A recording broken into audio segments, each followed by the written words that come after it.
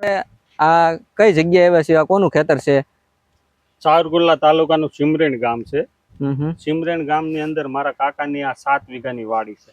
તમે જોઈ લો, અત્યારે કેરામાં પાણી ભર્યું છે ને. બરાબર. આપણો દેશ ખેતી પ્રધાન છે. આપણે આ ખેડૂત વિશે વાત કરવાની છે કે આ ખેડૂતની અત્યારે શું હાલત છે. બરોબર. એટલે તમને હું નિકુંજભાઈ એવું કહેવા માંગુ છું કે ગયા વર્ષની અંદર આ ઉનાળામાં બરાબર મારા કાકાના ખેતરમાં એને ડુંગળી વાવેલી. ગયા વર્ષે ઉનાળામાં? ગયા ઉનાળામાં. પછી ડુંગળીનો પાક પાકી ગયો, એના ઢગલા થઈ ગયા, એટલે અતિવૃષ્ટિ એટલે માવઠું છું, એટલે ડુંગળી પલ્લીને પૂરી થઈ ગઈ. ટૂંકમાં લણાઈ ગયેલી હતી અને ખેતરમાં નિષ્ફળ થઈ ગયો. પલ્લી ગયો એટલે માર્કેટિંગ એડમાં જઈ શકે એવી સ્થિતિ એની હતી નહીં, પહોંચી ને એવી થઈ. બરાબર. ખેતરમાં જ પલ્લી ગઈ હતી એટલે નીકળે એવી કોઈ પરિસ્થિતિ નહોતી. બરાબર. પછી એને વાવી મગફળી. મગફળી વાવી એટલે પાછો પવનની સાથે બહુ વરસાદ થયો. વરસાદ વધારે હોવાથી એ પાક પણ એનો નિષ્ફળ ગયો. મગફળી પણ નિષ્ફળ ગઈ વધારે અતિવૃષ્ટિને કારણે. મગફળી પણ નિષ્ફળ ગઈ. પછી એને વાવ્યા એવડા. એવડા વાવ્યા, એ પાક પણ એનો નિષ્ફળ ગયો.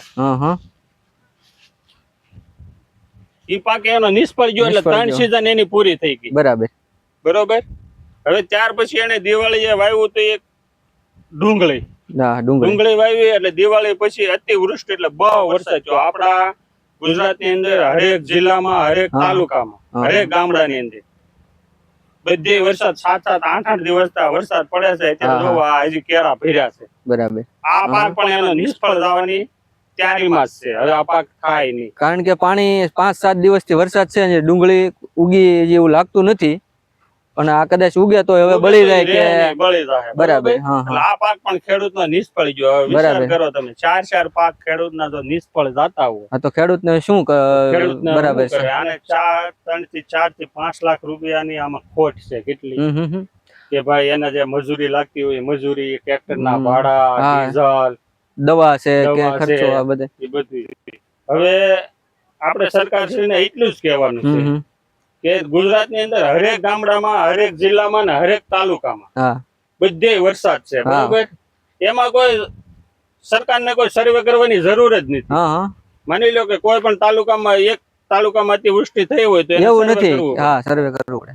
હવે એ હરેક જિલ્લામાં, હરેક તાલુકામાં ને હરેક ગામડાની અંદર અતિવૃષ્ટિ એટલે બહુ વરસાદ થયો એટલે ખેડૂતોનો બધો પાક નિષ્ફળ છે. તમામ ખેડૂતોને આ પ્રશ્ન છે. તમામ. એટલે હવે સરકાર છે ને એટલું જ કરવાનું છે કે ખાલી એને વળતર આપી દેવાનું છે. બરાબર. સર્વે કરવાની કોઈ જરૂર નથી. તો કોઈ જરૂર જ જગ જાહેર ખુલ્લે આમ જ છે. ખુલ્લે આમ જ છે. બરાબર.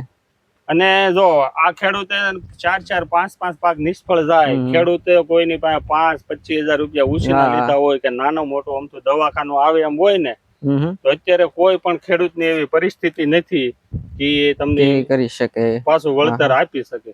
આવી હાલત અત્યારે ગુજરાતની અંદર ખેડૂતોની છે. બરાબર. એટલે આપણે ખાલી સરકારશ્રીને એટલું જ કહેવાનું. તમારું શું કહેવાનું?